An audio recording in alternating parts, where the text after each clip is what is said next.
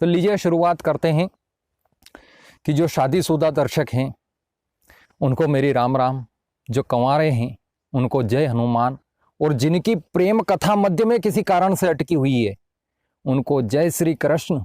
सफलता एक दिन जरूर मिलेगी। करते रहें प्रयत्न, किंतु ध्यान रहे प्रयत्न इतना भी ना बढ़ जाए कि प्रयत्न करने के चक्कर में जूते पड़ जाए। स्थिति वो हो जाती है। अब मैं आपके मध्य और हास्य रखूंगा, आनंद की बात करूंगा और धीरे धीरे ये बात एक संदेश तक पहुंचेगी। आप काव्य पाठ से जुड़े रहें। तो अपनी बात आरंभ होती है, चित्रात्मक हास्य में लिखता हूं, वहीं से अपनी बात आरंभ करता हूं। उसके पहले मैं कुछ पंक्तियां समर्पित करता हूं उन कंवारों को। और कंवारों को क्यों? क्योंकि साहब कुछ कंवारे तो इतने बदनसीब होते हैं कि ताश खेलते हैं तो उनके पत्ते में बेगम तक नहीं आती। तब मैंने उनके लिए लिखा। उनकी क्या प्रार्थना होती है भगवान से? वो भगवान से क्या मांगते हैं कि वो कहते हैं कि वो लगे चंद्रमा से ऐसा मस्तक देना, जो खिलाए खाना मनोहार से ऐसे हस्तक देना। वो लगे चंद्रमा से ऐसा मस्तक देना, खिलाए खाना मनोहार से ऐसे हस्तक देना। और गरुड़ पुराण सुनने की उम्र ना हो जाए भगवान हमारी, तो उससे पहले हमें प्रेम की पुस्तक देना, तो उससे पहले हमें प्रेम की पुस्तक देना। लीजिए चित्रात्मक हास्य में आपके समक्ष प्रस्तुत करता हूं कि बस में चढ़े बूढ़े बाबा, जाना था उनको काबा। बस में चढ़े बूढ़े बाबा, जाना था उनको काबा। तब चढ़ी बुढ़िया एक जो चल रही थी लाठी टेक। तब चढ़ी बुढ़िया एक जो चल रही थी लाठी टेक। कपड़े एकदम नए और उम्र थी 80। कपड़े एकदम नए और उम्र थी 80, जैसे नए गिलास में पुरानी लस्सी। अब वो 80 साल की बुढ़िया 85 साल के बुढ़े से बोली, बोले दादाजी मेरी सीट पर क्यों आ रहे हो, इतने जल्दी कहाँ जा रहे हो? ये सुनते ही 85 साल के बुढ़े ने 80 साल की बुढ़िया से कहा, बेटी मैं ये सड़े टमाटर सागर के उस पार फेंकने जा रहा हूँ और तेरे लिए लड़का देखने जा रहा हूँ। तो ये हास्य ही आनंद है हमारे यहाँ।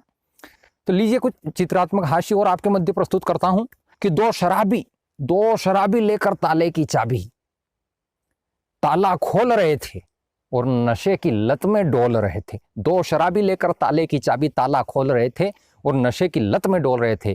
पहला शराबी दूसरे शराबी से बोला, अरे छोटे ये तू बहुत डोल रहा है, मैं ताला खोलता हूं तुझे ताला नहीं खुल रहा है। तो दूसरे शराबी ने उत्तर दिया, छोटू है ना, तू मुझे मत जकड़, मैं ताला खोलता हूं, ये मकान हिल रहा है, मकान को पकड़। तो ये आनंद होता है। तो ये शराबियों की बात होगी साहब। अब बात आगे बढ़ती है, नेताओं तक बात जाएगी कि एक नेताजी को मच्छर ने काटा तो नेताजी ने मच्छर को डांटा, जनता का खून नहीं बहाया कि मुझे काटने आया। नेताजी को मच्छर ने काटा तो नेताजी ने मच्छर को डांटा, जनता का खून नहीं बहाया कि मुझे काटने आया। तो मच्छर बोला, जनता में खून ही कहां बचा है, सब माल तो आपके पेट में पचा है। और नेताजी आजकल मैंने आम जनता का खून पीना छोड़ दिया है। और अगली पंक्ति में व्यंग लगे तो आप समझना कि आजकल मैंने आम जनता का खून पीना छोड़ दिया है और अपना ब्लड कनेक्शन भ्रष्टाचारी नेताओं से जोड़ दिया है। तो ये बात हो गई साहब नेताओं की। अपने इसमें फेसबुक पर जो कुछ वो चैलेंज हुआ था जिसमें पति पत्नियों की फोटो डालते थे और उसमें चैलेंज करते थे कि सबसे अच्छी जोड़ी किसकी है, उसको सबसे अधिक लाइक मिलना चाहिए। ऐसा मतलब वो चैलेंज कर रहे थे, कपल चैलेंज, जिसको हम हैशटैग के माध्यम से फोटो डाल रहे थे लोग। तब मैंने कविता लिखी थी हास्य की कि कपल चैलेंज में मिली ये जानकारी है, जोनी लीवर के साथ जूही चावला सी नारी है। और कई ऋतिक रोशन जैसे हैंडसम भारती जैसी मोटी के साथ घूम रहे हैं, और वो खच्चर सौभाग्यशाली है जो घोड़ी के साथ झूम रहे हैं, और वो गधे सौभाग्यशाली है जो घोड़ी के साथ झूम रहे हैं। तो ये कपल चैलेंज की बात हो गई। तो इस तरह की बात होती है मित्रों। तो एक नेताजी की पत्नी जब ट्रेन से उतरने लगी, दबंग दुनिया में खबर छपी थी कि एक नेताजी की पत्नी, नेताओं को क्या मतलब वीआईपी ट्रीटमेंट दिया जाता है, ट्रेन में सुविधा अच्छी दी जाती है जो बड़े नेता होते हैं, तो वहां से जो चादर होती है तो वो चादर चुरा ली थी नेताजी की पत्नी ने, कि एक नेताजी की पत्नी जब ट्रेन से उतरने लगी तो सीट पर धरी सरकारी चादर अपने बैग में भरने लगी। इतने में टिट्टी आया और चिल्लाया, मैडम हमने कितना किया आदर, आप होगी ले जा रही हो हमारी चादर।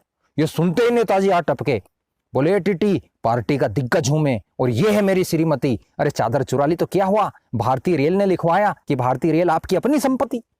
तो ये स्थिति हो जाती है, वो नेता भारतीय जो सार्वजनिक संपत्ति उसको अपनी संपत्ति मान रहे हैं देश में, तब तो ठीक नहीं हो रहा है काम।